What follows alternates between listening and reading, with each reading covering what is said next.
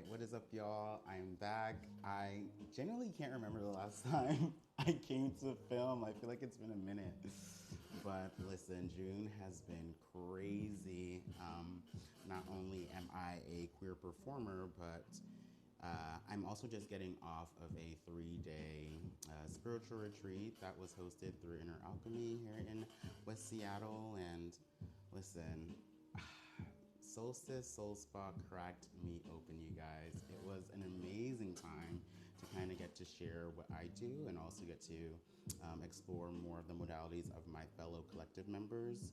Um, Interestingly enough, I provided the kind of general reading that I'm doing here for the solstice and the first half of Cancer season at Soul Spa. So typically, when I make this content, I'll take my notes beforehand and then I'll film it.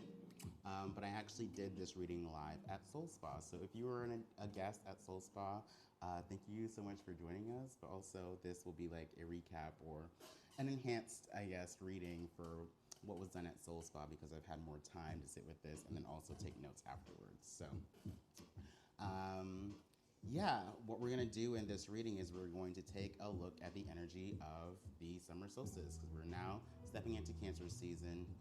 In the Northern Hemisphere, that is the beginning of summer.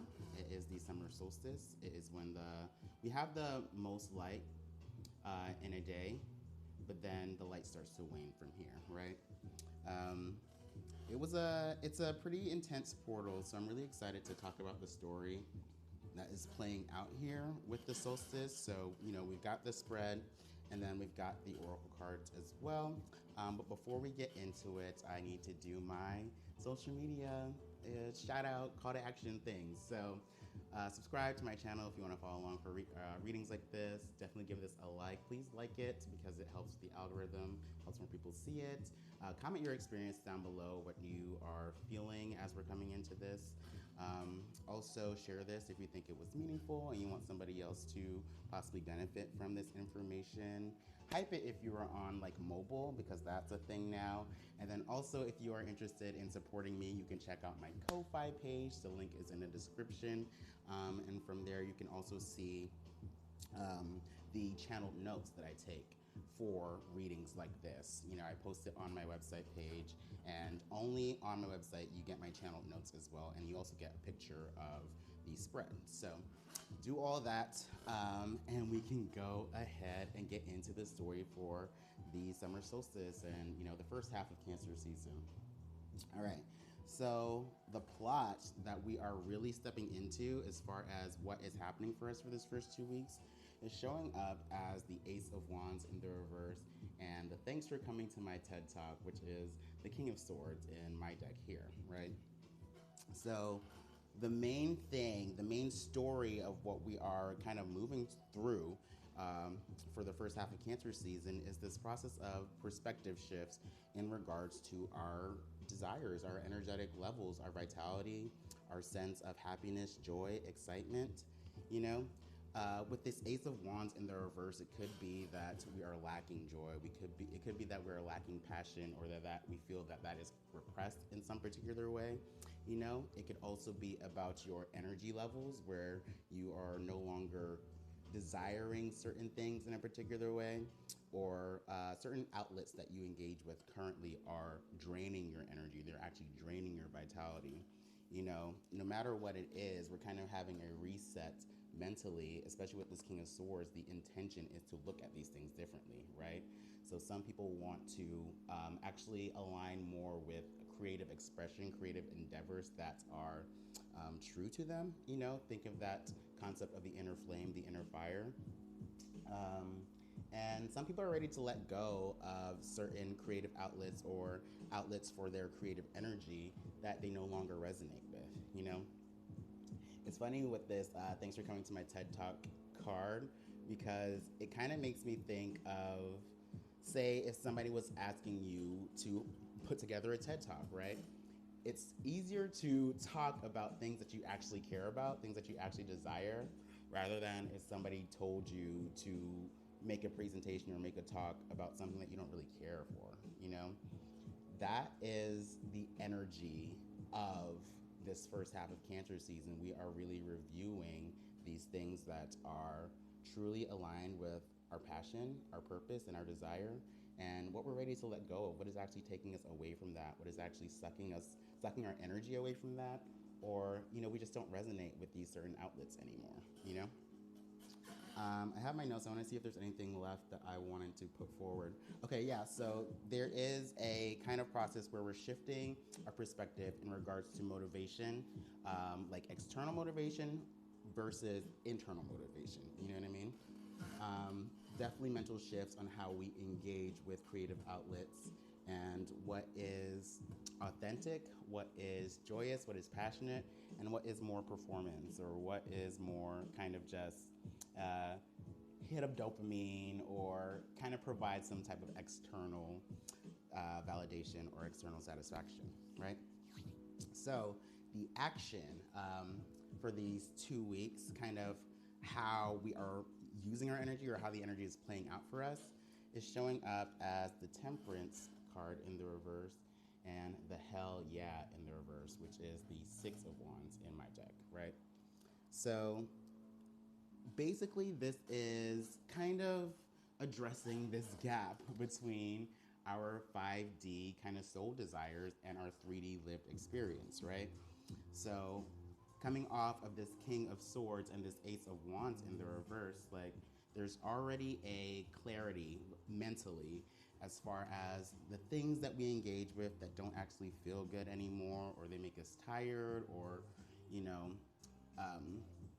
ways that we want to express ourselves, or things that we authentically want to engage with.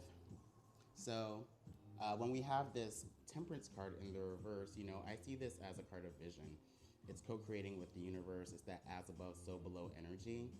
But Temperance really feels like that saying, feet on the ground, head in the clouds, where either you're 2 feet on the ground and you're focused on these practical things that you think you have to kind of take care of or engage with in order to get to this kind of idea of happiness.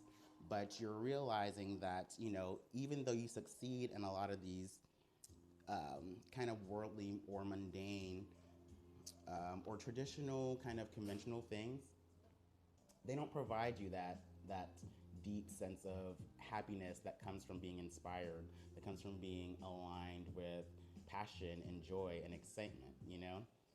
The Six of Wands, I always see this as a card of success, victory. I always see it as like that word congratulations, and so there is a way that in regards to kind of how we set up desires for our life or goals for our life, there is a socially kind of conditioned or structured path for success or for building towards a long-term goal that is socially accepted. I think that that's making sense, right? Where, life tells us that we have to have this, this, this, and we have to do this, this, this to be happy, right?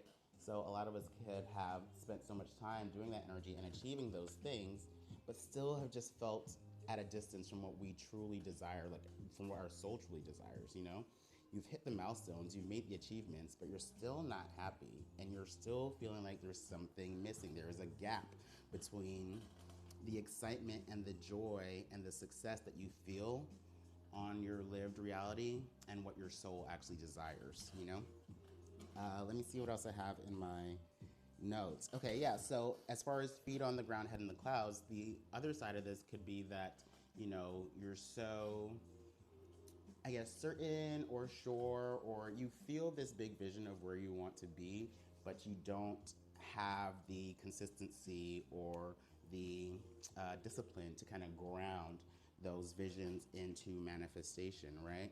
And so, like, I don't know, there could be certain things that you kind of engage with because they provide that like sense of dopamine. Once again, kind of it stimulates you in a particular way, but it doesn't actually take you closer to what you want. It's like if a particular vision that you have for yourself requires this type of consistent action, and that doesn't feel exciting or passionate to you, even though the vision is passionate, like you're not going to get closer to that because you're not bringing your energy into the practical. You're not bringing it into the tangible so that you can, kind of just make progress towards that. So the notes I have: do your current outlets or energetic rhythms support the grand vision, or do they take you further away? Do you struggle with maintaining or engaging with the practical and tangible effort to ground your manifestations? Okay. Oh, yes. Okay. So the other thing that I have here is a sensitivity to external validation, which really comes through with this Hell Yeah Six of Wands card in the reverse, where we can have certain like goals or desires for ourselves, and sometimes people want to have that external validation to know that it is okay to desire something or to embody this purpose or want a particular thing. And this is kind of that shift of allowing your authentic passion and authentic connection to your desires to be affirming in itself, to be validating in itself. Let me see. Sensitivity to affirming support, social and external validation, and reception to our authentic personal desire and purpose or expression. Yeah, there's just, I think it's natural to want to have like somebody cheering you on, you know what I mean? To want to have somebody who helps motivate you towards your passions and towards your desires. But even if people are not responding to you or your creative, expression or creative pursuits in the way that you want them to, you have to be your own cheerleader. You know what I mean? Just achieving a soul desire has to be affirming in itself enough. You have to congratulate yourself. You have to be happy that you took this from passion to manifestation on your own, even if nobody else sees the merit of that. You know what I mean? You have to create this positive feedback loop where you're creating because it's inside of you and it has to come out. Not that you are trying to keep up with this kind of image or standard that people see of you that helps you feel validated or helps you feel, like you're worthy, or, that provides that sense of belonging through that external acceptance, If you are only working towards that, you're going to burn yourself out, because you're going to be seeking the spaces where you can just relax, and part of that is what is causing this type of discordance where you're not happy with your 3D reality, even though you may have achieved what on paper seemed like success or seemed like victory or seemed like it was meaningful. It's not touching your heart, it's not true. And so the action of the first half of Cancer season is to kind of rebalance that, is to rewire that in yourself. And I think rewire is an interesting word because we did have that King of Swords, which is that air energy. And it really relates to your nervous system, kind of like this air and fire could relate to your nervous system too. So, a lot of us could be tense. A lot of us could be tense in regards to trying to keep up with, some type of image, or tense in regards to, being on this precipice of really aligning with an authentic expression and putting that out there for consumption. It's like you have an awareness that it's going to be consumed, but you don't shy away from that sense of perception, even if it's not what is authentic for you. You know what I mean? People aren't going to always see you in the way that you know who you are in your truth, if that makes sense. So let's go to the next position, which is the climax. So this is how we are going to see this show up externally. And we've got the Ace of Pentacles in the reverse, and then we have the Three of Pentacles in the reverse, which is the perfectly in place card in my deck. So I think that this is an interesting kind of outcome, right? Because I feel like for a lot of us, this could be returning to a former creative outlet or a former, um, yeah, kind of creative goal that we were trying to build towards that we may have fallen off of, right? I kind of see this combination of this Ace of Pentacles and the Three of Pentacles in the reverse as building towards a goal and kind of like taking those like solid steps towards that, but then falling off the wagon, you know, because, you know, at some point you got worried or swayed about security or stability or, you know, kind of doubting your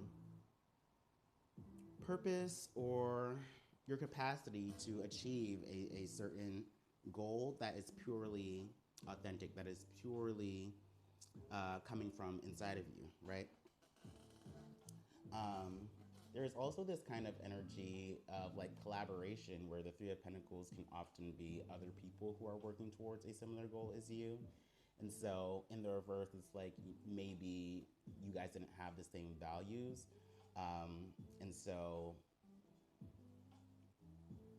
it could be that you are returning to a place where people did share your values, but you stepped away because it wasn't the practical thing to do, or you were swayed as far as what is meaningful or valuable, or could provide actual potential for success. And then for some people, this is dropping that, you know what I mean? Like dropping the current spaces where you actually don't share the similar values to others. So it's not a fertile container to plant the seed or to invest, you know, your time and energy to this goal that you were trying to build towards, right? Um, what else? I see picking back up where we left off, returning to past progress of some sort toward a creative project or goal in service of increasing fun and passion or building physical strength or material assets. All right, yeah, so returning to something that is more passionate, that is more aligned with, you know, our inner fire, our creative essence, our creative, our creative expression. What else do I see? Um, okay, yeah.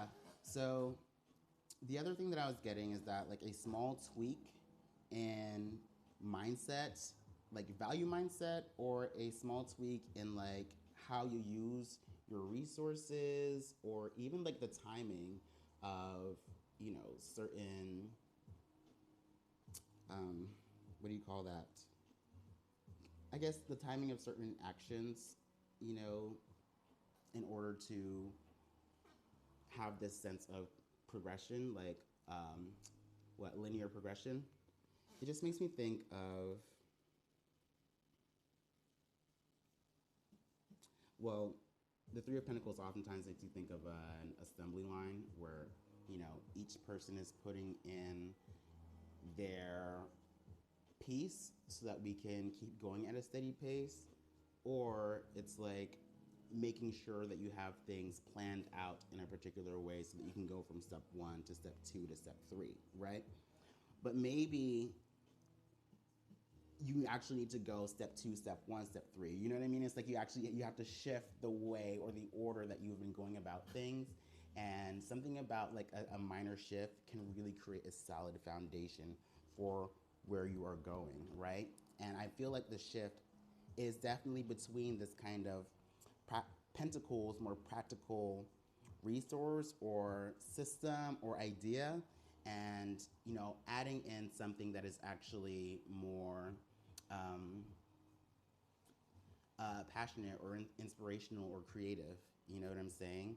It's like you have been working within this particular framework because that outline has kind of, I guess, it has proof of working, right? But just because it works in general doesn't mean that it'll work for you, especially if it's not aligned with what you are passionate about. So if you switch this, if there's some way that you can tweak this and imbue more passion, more excitement, more fun, then you can actually solidify this foundation in a way that is sustainable. You know what I mean? It doesn't feel like responsibility, it doesn't feel like obligation or discipline, it feels like devotion. And so that is what I think is possible for us, or what we'll see kind of outside of us at this moment. I also get this kind of image of a table, right? And a table has four legs to keep it solid. I see this idea of like, say you had a table, but you only had three legs, you know, and you're trying to figure out what it is that you need to make this thing solid. And it's like you sort through some things that you've utilized in the past, things that were fun, things that were exciting, or you know, you're kind of just in this process of like switching out different things to see what makes this table sturdy. I think that part of the awareness comes and shows you what was kind of creating this instability, or this, yeah, instability or inability to become stable, and also, you know, what could possibly replace that and provide this sense of stability for you to create this foundation or this platform for your continued growth. Okay, so that is really the story of how this is playing out, and now we're gonna move into how we can ground ourselves and cultivate peace and then get a message from spirit, right? So the grounding, coming up with this Two of Wands in the reverse and the Hold Down the Fort card, which is the Queen of Pentacles. And as far as grounding ourselves throughout this time, I think this is really highlighting those like everyday kind of mundane decisions and choices that we make, right? Especially if we are switching perception and switching the way that we engage with certain creative outlets. You know, we want to be developing kind of routines and building momentum and inertia in the direction towards our goals, in direction towards things that, you know, are actually passionate and aligned with our purpose, and keep our energy levels sustained. You know, there could be a lot of different things that you waste your creative energy on that's not sustainable. You know what I mean? It doesn't last. It doesn't provide, you know, growth towards your ideal goals for yourself. And this is kind of that focus on, you know, making the mundane choices that are going to keep you moving where you want to go, even if it's not exciting in the moment, you know, even if it's not providing that hit of immediate gratification or that hit of dopamine. In the long term, it's in service of your energy levels. It's in service of your creative outlet and your creative capacity and your creative goals. You want to keep them going, you want to keep them building, and you want to develop new rhythms, new routines.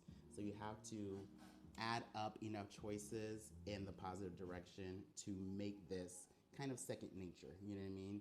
So that you're not constantly in this place where you're just like, oh, you know, I should do this or I have to do this, but I really want to do this because it's fun.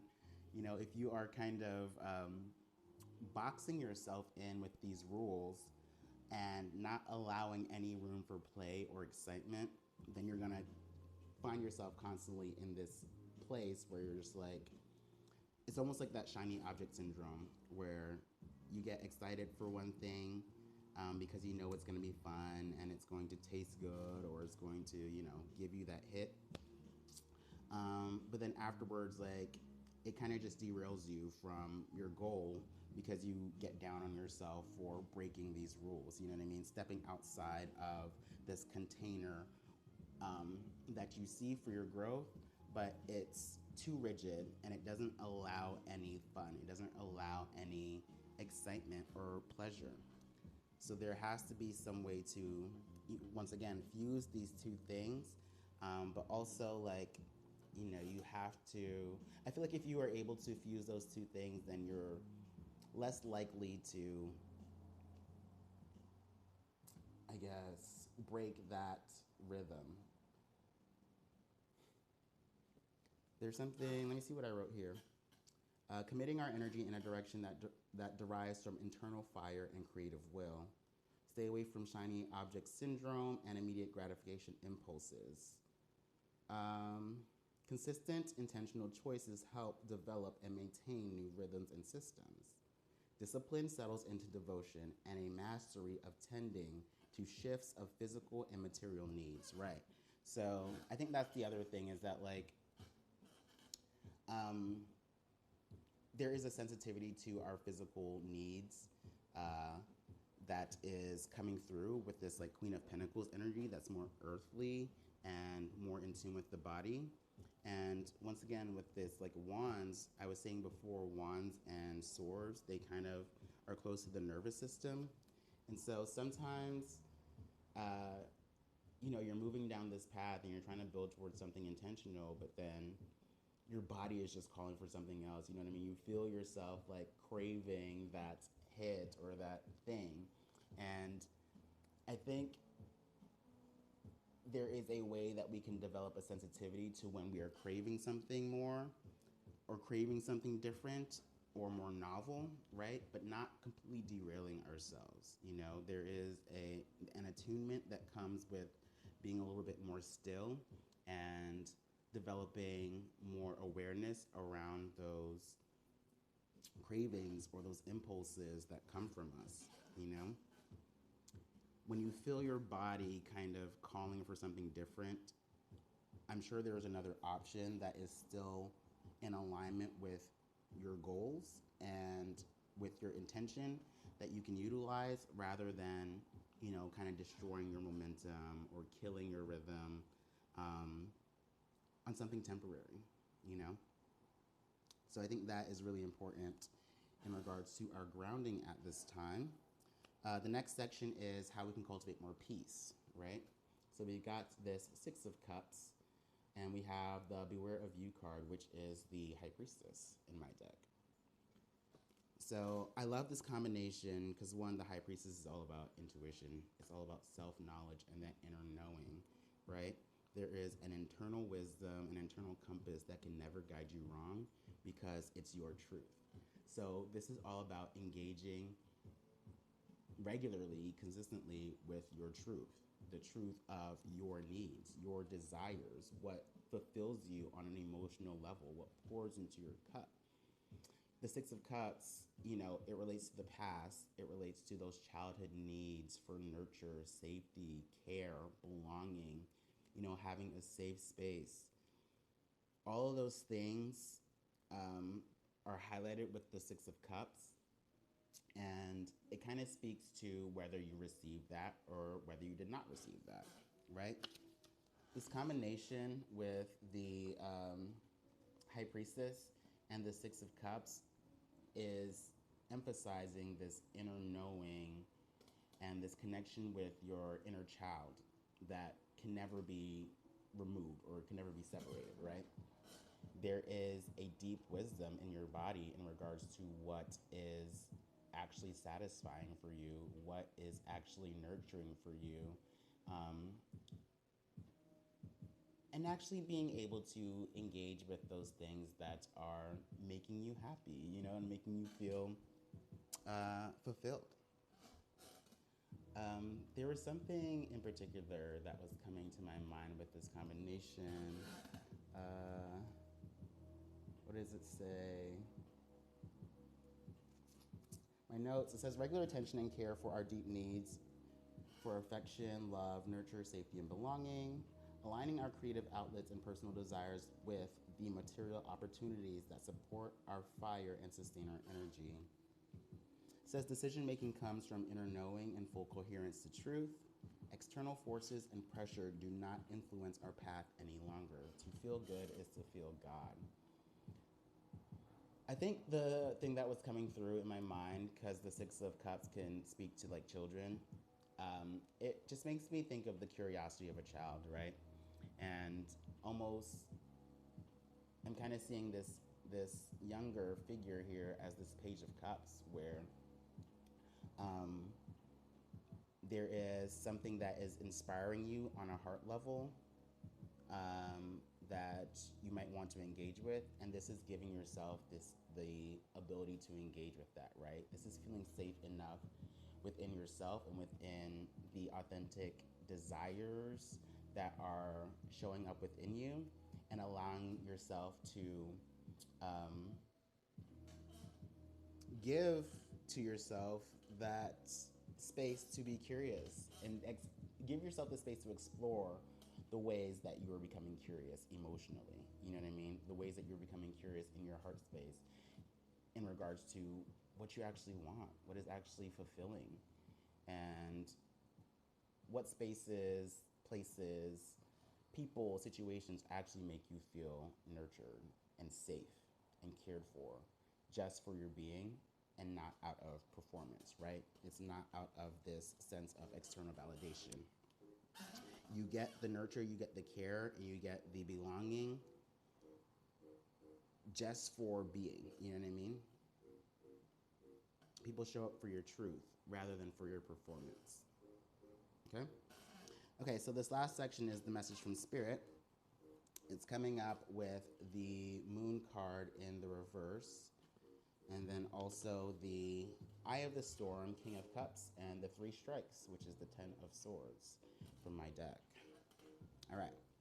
So this moon card in the reverse, I love this because this is showing, or Spirit is really like bringing up with this moon card in the reverse, that there is some clarity on past pain, past trauma, past hurt, past fears even, and how those fears or insecurities have caused us to move down directions and move in paths that were not based in our truth. You know what I mean? It's based on survival. It's based on safety and kind of, yeah, safety and survival through external belonging or through external definitions of success and of expression, you know? This moon card in the reverse, and then having this like Six of Cups and also the High Priestess card is like, you know, you've finally gotten clear on some of those emotional narratives that have controlled your decision making or have informed your decision making, and have told you that certain expressions or certain paths and directions or identities even are safe, because then your external world doesn't push back on you. But you realize now how that had just been armor. You know what I mean? It had been protecting you from a sense of hurt, but it's also been blocking you from a sense of satisfaction and fulfillment, and being able to be aligned with, you know, yourself on a true, authentic level, and being able to, you know, achieve your desires for yourself. You know, those big soul desires, those big 5D ideal wishes that you have for your lived experience. You can't make it to that if you are trying to, I guess, navigate your life in a way that is shielding your authentic needs and your authentic truth of what you want. If you're constantly shielding who you are and what you want, then you're never gonna get that, because people don't know that's what you want. You know, you're performing what people want from you, and you're achieving that, but that's not what you wanted for yourself. So it can never make you feel whole. It can never make you feel satisfied. It can never make you feel in alignment with your dreams for yourself and your soul essence and your soul purpose. So this is the clarity of that now. You know what I mean? You're so aware on how past disappointment has caused you to create a story or to create a narrative that is your truth. You know, this is kind of the definition of being identified with your trauma. And at this point now, with the Eye of the Storm, King of Cups, and the Ten of Swords, one, this King of Cups is moving forward to create emotional stability, to create nurture, to create care for the self, for the part of self that was wounded in the past and that had created this armor and performed for safety, for validation. And it is allowing us to kind of let those old narratives die and move through that uncertainty with confidence that no matter where you're moving, it'll be right for you because it's informed through your heart space. You know what I mean? It's informed through this authentic desire that arises from within you. It's not based on external merit. With the Ten of Swords card as well, you know, there's just a mental perspective on what like happiness is, true happiness is, that is ready to die and it's ready to shift, you know? It's not what former beliefs have told you that it was supposed to be, and it's not anything that you thought it was supposed to look like. You know, this is the awareness now and the willingness now to let those old narratives die and to allow the self to move closer to alignment with the things in your daily life, in your lived experience, that feel like you. They feel like they nurture a deep part of you that you've always wanted to explore, that you've always wanted to engage with. You can do that now, and I think that there is an acceptance of what needs to be sacrificed in order to achieve that. So that is the story for the first 2 weeks of Cancer season, the summer solstice. I hope this was meaningful for y'all. You know, once again, this is a big moment for us to shift that perspective and in regards to what we're passionate about, what we desire, what we're ready to let go of, and what we're ready to embody. I want to get into the oracle cards. We got the Barbie oracle, and we actually got two from the animal spirit this time. But from the Barbie, we got the Barbie and the Rockers. So this says, nerves are normal. Those butterflies mean you're on the precipice of a big breakthrough or triumph. Barbie and her band, the Rockers, exude confidence and cool, but they've put in the work to look so powerful on stage. Something wonderful is waiting for you once you have the courage to grab the mic and speak up. Don't hide in fear of what others have to say. Your voice matters, and the world wants to hear it. Show the world your strength, intelligence, and talents. Okay, so I love this. It says, Barbie and her band, the Rockers, exude confidence and cool, but they've put in the work to look so powerful on stage. This is what's happening right now, is where you feel like you don't have to prove it anymore. You know what I mean? It's like you've put in the work to look this confident in who you are and what you do, but you don't want to have to put work into it anymore, you know? You don't want to have to prove that you're valuable or prove that, you know, you're talented or creative. You want that to speak for itself, you know? This is your chance to settle into your authentic expression, your authentic creative drive, and kind of just, you know, say fuck it to whatever else anybody else wants to say. You know, I was trying not to say fuck it, but it's the only way it was coming to me. Don't hide in fear of what others have to say. Your voice matters and the world wants to hear it. Show the world your strength, intelligence, and talents. Thank you, Barbie. And then the last one is the animal spirits, and we actually got two from the animal spirits this time. So we got the hawk and we have the elephant. So let's read both of these. And we'll start with the elephant. Okay. Elephant. Unstoppable, auspicious, wise. The elephant is arguably the most auspicious figure in the deck. Like Ganesh, the elephant represents immense wisdom as well as good fortune. It is said that it is said that the great elephant is the destroyer of obstacles, so if this card appears when you feel stuck, rest assured the path will soon become clear. To add to the mystery, the elephant is also known to create obstacles in order to steer us in the right direction. Trust this gentle, noble creature. It illuminates the way with the light of self-knowledge. When in balance, its one-pointed focus It's generous and it's loving. When out of balance, it misunderstands fate. To bring into balance, trust. Okay, I love that this is highlighting the self knowledge because that is this High Priestess card and the Six of Cups, right? Allow yourself to engage with that self knowledge. Allow yourself to feel safe enough to engage with that curiosity that's coming up within you as far as which direction that you want to go, which way that you want to pivot, because you really want to move into something that's more authentic and more meaningful for you. But you have to be able to trust that you know what that is and that only you know what that is. You know, you're going to be stuck if you're trying to figure that out and work with the external systems or the external obstacles, right? If there's an obstacle that's making you feel stuck, it's time to pivot, and you'll know where to pivot if you just trust yourself, trust your heart, okay? So the last one is the hawk.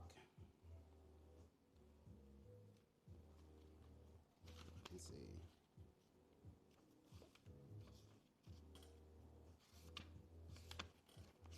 This this book is funny because it's not in alphabetical order. Okay, here we go. The hawk. It says, watchful, all-seeing, messenger of divinity. The sharp eyes of the hawk watch our every move. This keen-eyed bird has the ability to see every little detail as well as the bigger picture. When this card appears, fate has its eyes on you, and the winds are shifting. It is said that the hawk carries news upon its wings and is sent from divinity itself to deliver it. The message should not be taken lightly. Though it may seem small or insignificant, it will eventually redirect your course. When in balance, it sees clearly and it's intuitive. When out of balance, it sees too much and it's suspicious. To bring into balance, perspective shift, right? So that is exactly what we've been talking about this whole time, the perspective shift, right? On what we've been engaging with and whether that is truly in alignment with our passions, right? The thing that I love that it says,